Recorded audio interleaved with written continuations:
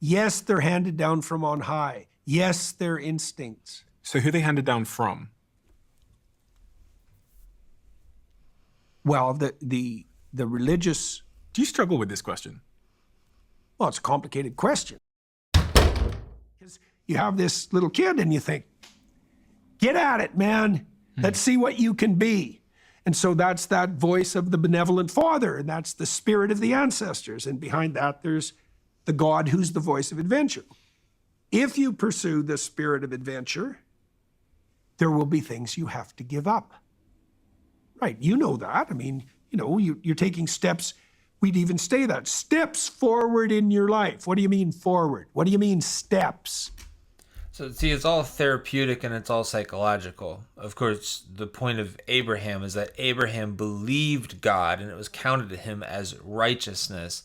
Abraham is what we point to as a foundation for our faith, in the sense that he simply believed God through faith alone.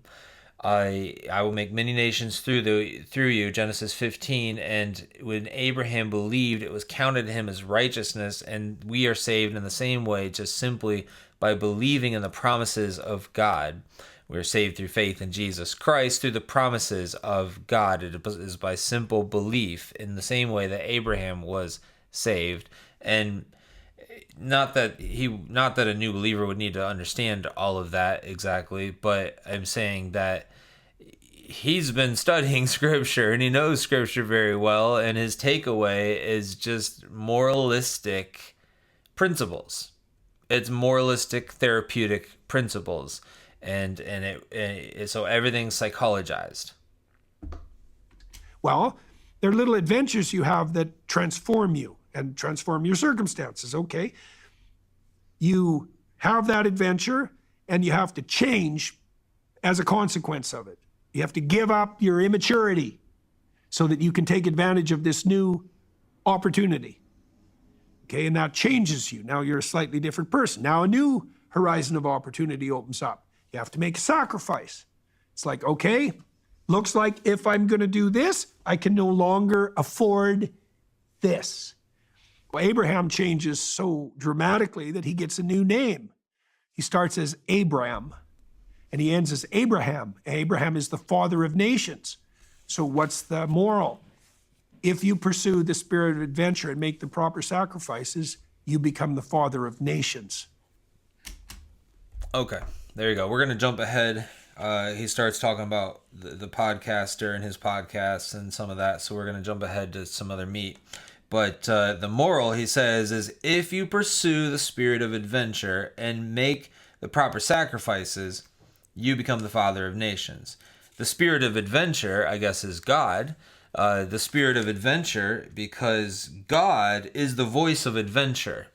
So then God is the spirit of adventure. So then if you pursue the spirit of adventure and you make the proper sacrifices, you become the father of nations. That is your reward for pursuing the spirit of adventure. That is his belief system about how we use Scripture. We look at Scripture and we get a moral, we get a truth from it. They're just stories to him. They're not truth. They're not actual events. They're just stories. And so he can take a look at those stories and he can take the morals and he can run with those morals. So what's the moral? If you pursue the spirit of adventure and make the proper sacrifices, you become the father of nations. Right? That's true. There's a really interesting, I grew up as religious until I was 18. I say religious because the term's difficult to define to me, but my mother was believed in God. She was Christian. My father's Christian. And at about 18, I started reading a lot of Richard Dawkins' books and other people's books. And I got to this place where I think I was atheist by the definition of I didn't think there was necessarily a God. And now I find myself in this place of being agnostic. Now, when I think about the Bible as a compass or as a guide, the part of my brain that's like rooted in this, like, I need evidence for everything, goes, is this just a book that a bunch of men wrote thousands of years ago when they were sat around a campfire or whatever? And if it is, then it's just one person's opinion, as much as any self-help book on a shelf is one person's opinion. Well, okay, let's take that claim apart. I mean, yeah. I mean, if that's what he really thinks, that's a lot of ignorance about the Bible and the 40 authors, human authors under divine inspiration that put it together. So Peterson talks about that a little bit, and he talks about being entrusted with the Jews. So we'll skip that, and we'll get to, well, let's hear what he says again. Well, okay, let's take that claim apart. I mean, yes, it is stories that people came up with thousands of years ago, but no, definitely not one person's opinion. Definitely 100% not, because these stories have been transmitted over millennia and organized and edited and transformed by a very large number of people. So it's, at minimum, it's a massive collective effort. And it's a collective effort undertaken by arguably the most literate and intelligent people there are, and that'd be the Jews. Okay, I may cut into this point. This is where he's asking him. Peterson responded to the Bible question, making it clear the transmission of the Bible over thousands of years. And then here the podcaster asks him, where do you think we came from? Where do you think we come from?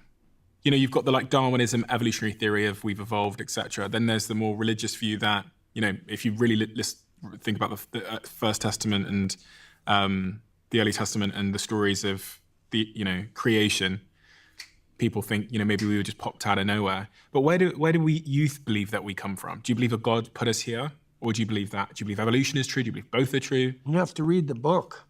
Yeah, but I want to. Yeah. I know, and fair, but I'm not trying to be a smart aleck in that response. It's a complicated answer. Yeah. Right? It's a complicated answer.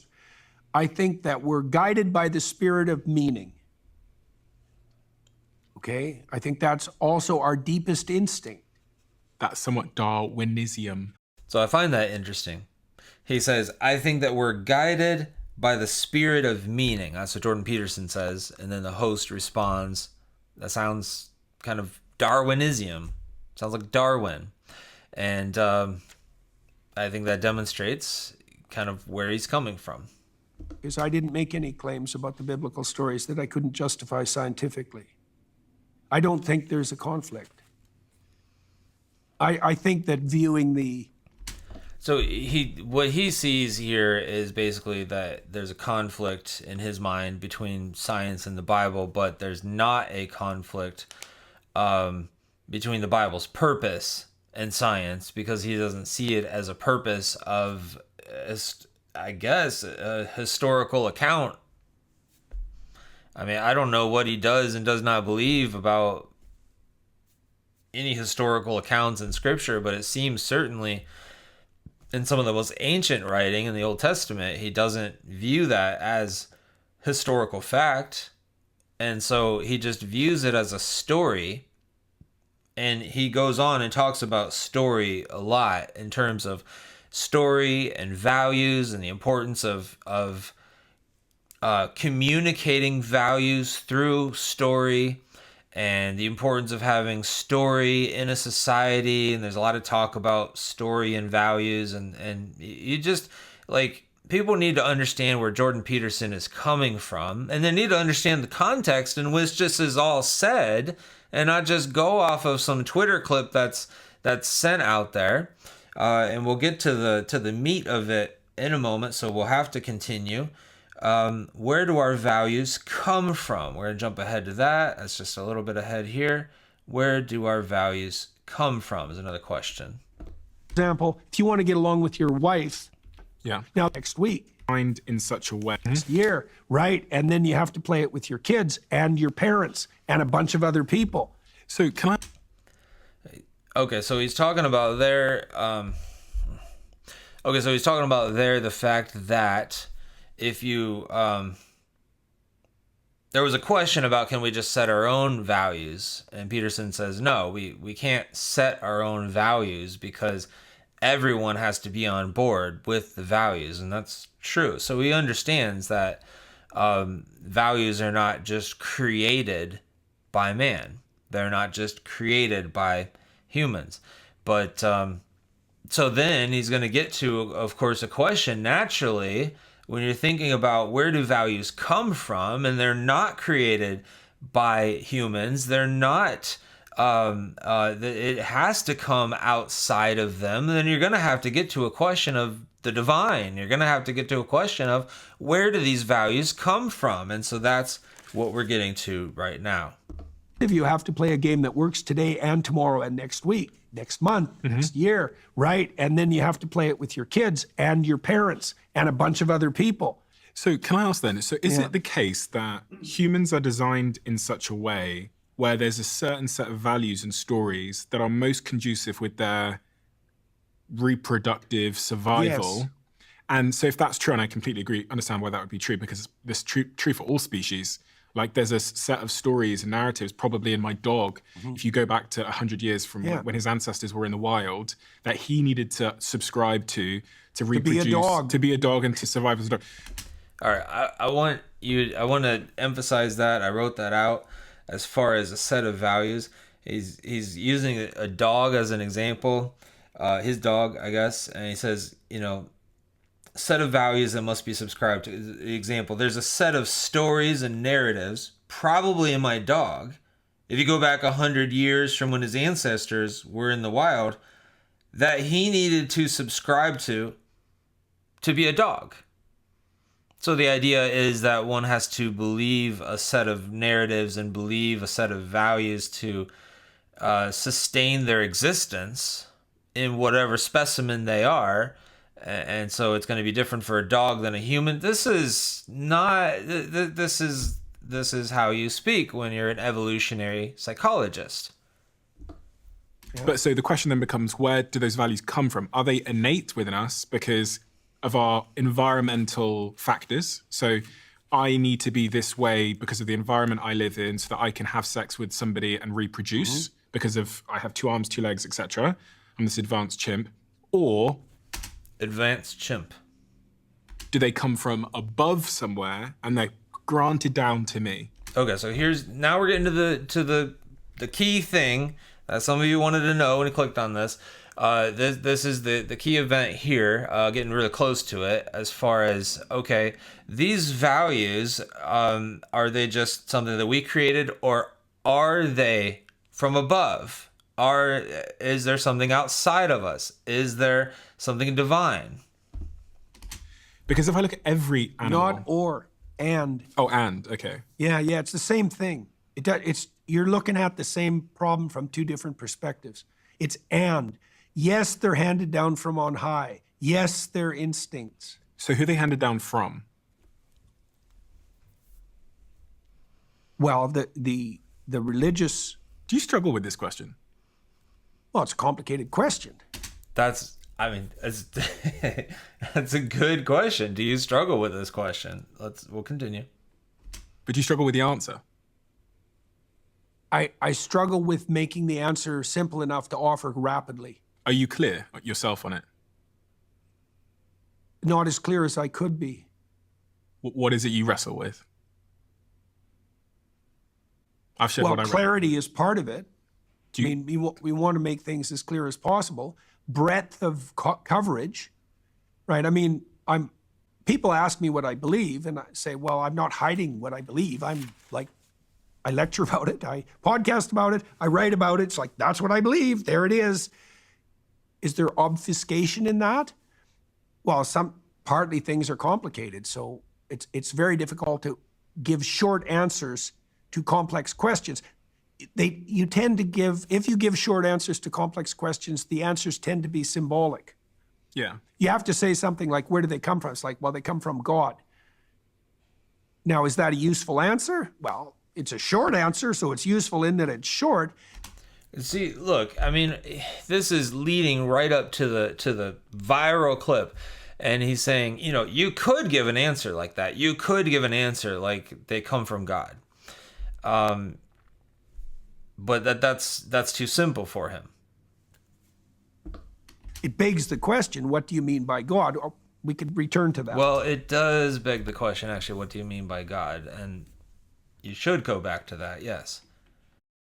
Okay, so I have to jump ahead. So they spent a little bit of time talking about some evolutionary stuff and psychological things, and then the host comes back and says something regarding his dog. So here's a question about his dog. So does my dog have a different religion to me? Does he have a different God? To some degree. There's an overlap because you can communicate. Your dog understands you, and vice versa. So that's a good question. Social mammals understand each other. Right, so there's an overlap in their deepest instincts or their highest impulses. You can think about that both ways. I was going through my head and thinking about like the Venus flytrap and my French bulldog Pablo, and they all need a different set of behaviors and principles and values to survive and thrive and be happy. Well, you could think about that as sure. So I was thinking, then does that mean that they all have a different They have a nature. God? Yeah, they have a different intrinsic nature. That's another way of thinking about it. Yeah, because of the environment and the factors that they face as that species. So then Pablo's God might be slightly different to my God if we're talking about, because I'm trying to understand if like this idea of God is a set of evolutionary motivations. Yes, that it is, and it is that. Or You can if think it's- about it as rising up from the material world or descending from on heaven. It doesn't matter. It doesn't matter fundamentally. It's the same. It doesn't matter. Those are different ways of looking at the same problem. Well, in the full episode, Jordan Peterson is asked about if he believes that Jesus Christ is God, and we'll walk through the answer that he gave and what exactly he did say. So you want to watch that full episode that's on your screen right now. Don't forget to like this clip, subscribe if you haven't already. And in that episode, you will see all of those things. And I hope that this clip helped you see that Jordan Peterson is approaching everything, including the Bible, from an evolutionary, psychological worldview. And that is the way in which he approaches everything. So that clip, that's to my left and your right. Go ahead and click on that. You can watch the full episode. I'll see you there.